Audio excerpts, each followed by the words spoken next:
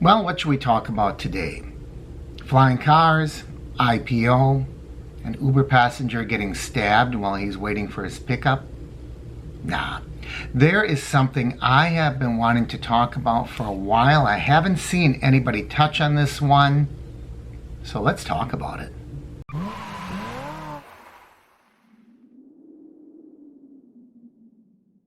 Hey everybody, Mark here from Uber Hands. Today finds me in Seattle, Washington.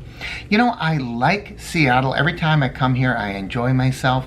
But I have to say, this is a quintessential town where it's a nice place to visit. But I wouldn't want to live here. Anyway, there has been a decision and something that Uber is doing now. I know this has a lot to do with the IPO, but it's a decision that I think is so significant. And I can't believe that people are ignoring it, and none of the traditional Uber tubers that I have seen are picking up on it. So let me read the story to you and I'll give you my commentary, and I'm really interested in what you think. For 3 years, Uber has been locked in a dispute over whether it's obligated to contribute to unemployment insurance payments that the state's Department of Labor decided were owed to 3 former drivers. Last month, that fight came to an end. Uber dropped its appeal of the original decision, which had been upheld twice in the past 2 years. Now, this in itself is really important. So Uber lost, they appealed twice. I don't know how you can keep appealing. I'm not sure about this legal system we have. But they appealed twice, and both times they lost. And they're just going to drop it. Paying unemployment benefits. Who do you pay unemployment benefits to? Well, those who are employed. This can have such far-reaching effects. But let's look at why Uber says, nah, nothing to worry about. The original finding and the decisions that supported it stated that the ruling applied not just to those 3 drivers, but to all of those similarly situated. That's in quotations, so that is exactly the legal language. Similarly situated. Language that threatens a business model built on classifying drivers as independent contractors not entitled to benefits. Wait, it gets better, because Uber has their kind of double talk, their twist on this decision. While Uber lost its battle, it's not entirely clear what that loss will mean. Now, this is coming from an attorney. Okay, this next comment.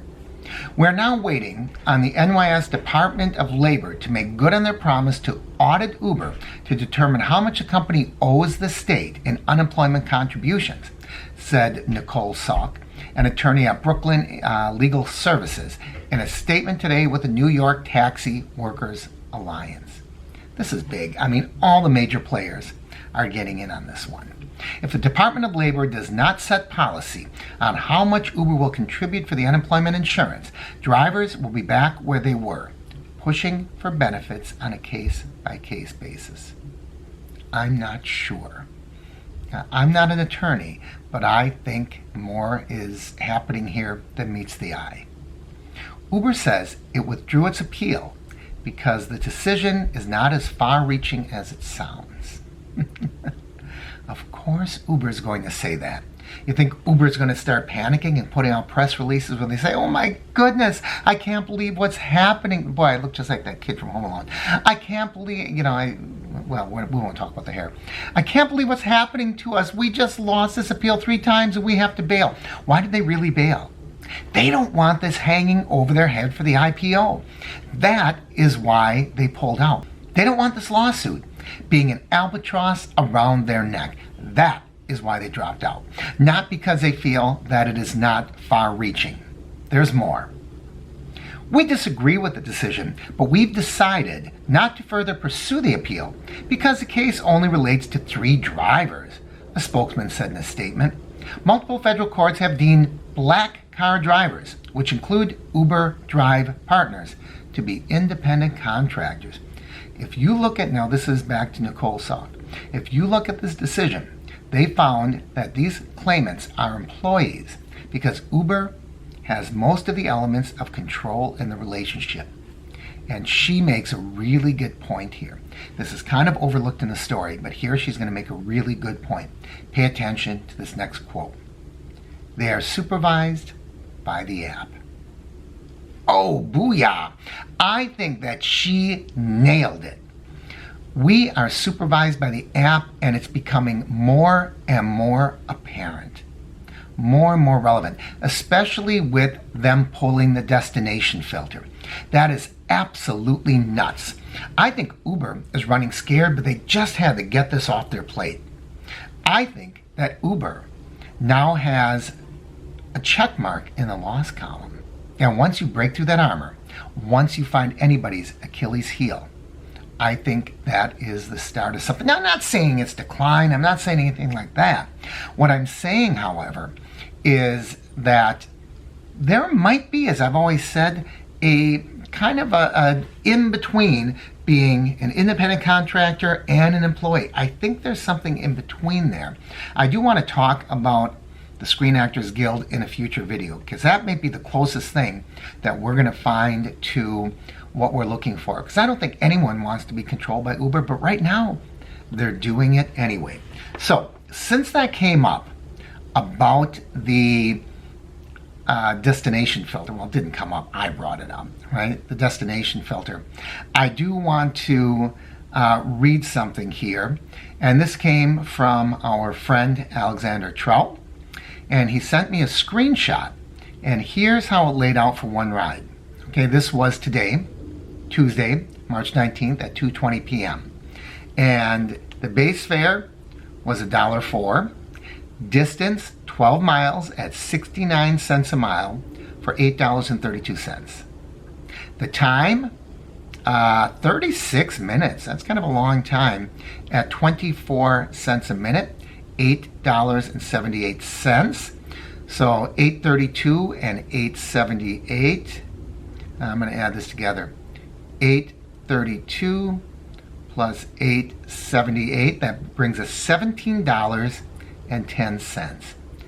Uber took a whopping $7.25. $7.25.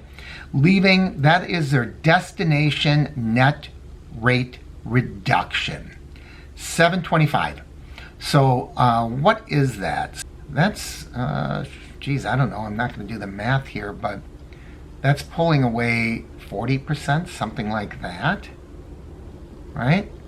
Something a little, actually a little more than that. Remember when they were running by 30%?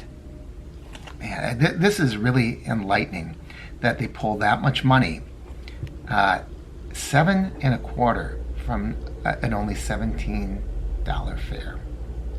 I don't know. And now they're monkeying with Uber Eats. I have to save that one for another video, because you see that the Uber Eats thing, we're not going to see it quite as obviously and blatantly, because this is one that is being applied to the people who order, the customer. And people aren't understanding it because it's kind of complex. It's just like the stuff that they're doing to drivers, they are now doing to their customers. I think once you start messing with the customer, I don't know, you're playing with fire. But I'd like to hear what you think. Leave your comments down below on this one. I think this is a doozy. I would also like to know what you think about the destination filter. Have you gotten in trouble over it? That was one video that a lot of people didn't watch, but I think it's pretty significant. I'll link to it up here and down below. And also, I'd like to know what you think. I'm going to do a future video on Uber Eats, but just your general feel and when they start messing with the way that Uber Eats is charged for people. I'd like to hear from. I think we might be having a one of the live podcasts tomorrow on Kevin's channel. I'm not sure, but I think it'll be happening. I asked for it to happen at 5 o'clock Pacific time, since I'm here in Seattle. We'll see. Look for us tomorrow. Thanks for watching, everybody. I'm Mark with Uber Hands.